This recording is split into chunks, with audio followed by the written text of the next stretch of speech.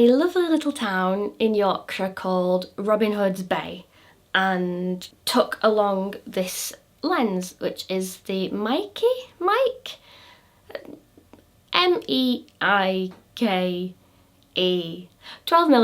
2.8 prime lens. It was a beautiful place, as hopefully you can see, so I had loads of fun testing the lens and I really put it through its paces in a couple of different scenarios. So while we watch some photo examples, I'm going to go through some of the pros and cons of this lens, which currently, just to give it a bit of context, in the UK is around £200. So really good bargain sort of lens if this is a focal length that you're interested in. First of all, the build quality. I was pleasantly surprised by the build quality given the price of the product. It feels very sturdy, the aperture ring is very smooth, and you get this really lovely huge lens hood which does a great job of keeping reflections at bay. I don't usually use lens hoods because I'm a bit of a lazy git, but for this lens I do think because the optics are so big it's worth keeping it on. The lens itself is relatively big for a Micro Four Thirds lens, particularly with the lens hood on, so it's not the most portable of options, but still we're talking in Micro Four Thirds terms here. In every other brand this would be dinky. Now, you may have heard me mention the aperture ring, which might have given it away, but yes, this is a fully manual focus lens. And I thought that would be more of an issue than it actually was, to be honest, because it's 12mm and everything is sort of quite far away from the lens anyway.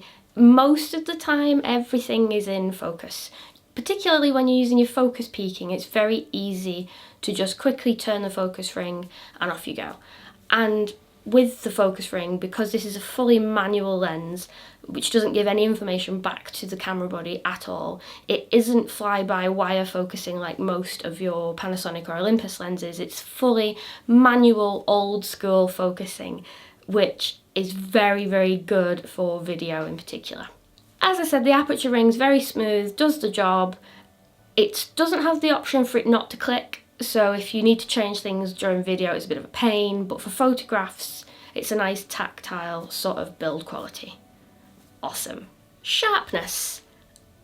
At 2.8, which is probably what we're all interested in, it's very sharp in the middle, but it does have a little bit of fall off as we get to the edges. Depending on what you're taking photographs of, this isn't an issue, but to get the most out of the lens, I found f8 or 5.6-ish to be a nice sweet spot, then everything's sharpened up. But that's not to say that 2.8 is unusable, because I think it's got some good results as well. I used this lens for some landscape photography, and with the 24mm full frame equivalent, it's a great focal length for that. You get a nice wide field of view without any distortion, or very little distortion should I say. I don't think any lens is without sin in that department, but this one is quite nice. I didn't notice any bowing of straight lines, and the horizons were always straight, so good in terms of barrel distortion. It was also, surprisingly, given that it's manual focus, quite a nifty little lens for street photography. Once you can sort of eyeball roughly how far away you're going to be from your subjects, the focus is then locked, so you can actually just shoot from the hip, and I had quite a lot of fun with it. I stuck it in electronic shutter mode so it doesn't make a sound, and sort of shot from the hip, and you get some really good sneaky little street photography moments that way. So it was actually quite good for quick action as well, despite it being manual focus. Of course, if the distance moved quickly and something came much closer or further away than you were anticipating, you would lose the shot because it is manual focus. But on the whole, I got some good results, particularly if you stop it down a bit, because virtually everything's in focus at that point. I also had the pleasure of using this lens at night for some star photography, astrophotography, and also for some sort of nighttime street shots, because the little lanes in this village were so cute. One of the main draws for me was having the 2.8 and having quite a wide 12mm field of view, so you can get longer exposures at night without the stars moving. And I thought it worked very well as an astrophotography sort of lens. Of course, in that situation, the manual focus doesn't matter, and you can get some really good results. Back a few videos ago, I did a sort of pros and cons of Micro Four Thirds, and one of the cons was astrophotography. Given that it's a smaller sensor, you know, you're not going to get as good results as a full frame. But I really want to get into it and want to see how much I can get out of this kit in that sort of field of photography. So I've been looking at getting some fast lenses. The results from this little lens actually pleasantly surprised me. I got some really nice photographs. For video, it isn't stabilised, but we're watching the lens now at 2.8, and you know, it's sharp in the centre, it's not too much of a fall off. I think it's quite a pleasant video lens, and it's a very good focal length. It's a bit blooming big compared to some of my other primes. I'm looking at this now on the Panasonic G7 and it's freaking huge. It looks like a beast. It's not necessarily a negative, it's just I'm not used to having lenses this big on the camera. But anyway, for video, it's not stabilised, so you might need to do a little bit of post-processing, but I think it's very nice and sharp enough, and particularly performs very well for the price of the lens. So are there any alternatives to consider, and what are the pros and cons of the 12mm focal length? So to reiterate, this lens is 12mm 2.8 manual focus, and it's currently around $199 in the UK to buy. A direct competitor would be the Samyang 12mm 2.0, or f2, which means it's slightly faster, still manual focus, but it is £50 more. It's £250 at the moment on Amazon. And I would imagine, though I haven't used it, I would love to give it a go. I would imagine that the Samyang optics are quite similar to this, because I have used a couple of Samyang products in the past, and I would compare the build quality and the optics to that sort of level. So to have this lens £50 cheaper is a good shout. Then we have the Olympus 12mm, the f2, which is a big jump in price, but it will be sharper throughout, and it is a lens that I've been coveting. It's much smaller as well. That one's currently retailing at $549. So if you wanted a more premium lens in this focal length, that one is a good balance between price and quality. Then top rung, you have the ridiculous Lumix 12mm 1.4, which, let's be honest, in Micro Four Thirds, that is probably the holy grail for an astrophotography lens.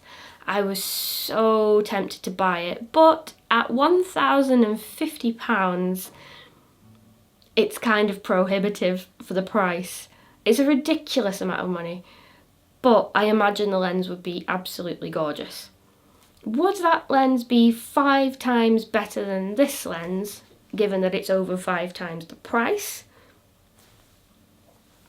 Who knows? So, to conclude, it's a really good lens for the price. I have to keep comparing it to the price because it is a budget lens. It isn't without its flaws.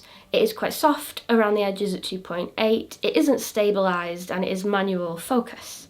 And it's quite big. But I think the results that you can get from this lens are very good. And the main types of photography that you would probably use this for, which might be nighttime photography and landscape photography, you would probably not mind the manual focus anyway. So I think for 200 quid, it's a damn good buy. Incidentally, ages ago in the Micro Four Nerds Facebook group, this was our first lens project lens, which meant if anyone in Europe wanted to try this lens out, you would put your name down and we work on a trust-based system, and we'll try it, and then you only have to pay the postage to pass it on to the next person. I've borrowed this lens through the lens project, so now that I'm done with it, I'm going to box it up and pass it on to the next person in the chain. And once everyone's tried it, we will probably use this as some form of giveaway prize with our photo competitions. So if you want to get involved in that, then the Facebook group is the place to be. Time for a little bit of horn tooting. Literally. I have it on good authority that the Micro Four Nerds Facebook group is the largest community of Micro Four Thirds users on Facebook that isn't run by a manufacturer. So it isn't the Olympus group or the Panasonic group. It's its own community-based, fan-based thing. And I think that's awesome. Alright, that one broke. And also, oh my god, these are so cheap. And also, is it user error? Have I just got tiny little lungs? And also, hopefully, by the time this video goes live, this channel will have reached 5,000 subscribers in under a year. Just under a year, but still under a year. So I think that is fantastic. Thank you so much to everyone who's subscribed and watches me be a weirdo with my cameras. If you have any questions about the 12mm 2.8 Meike lens, do comment below, and see you soon. I just needed to blow harder.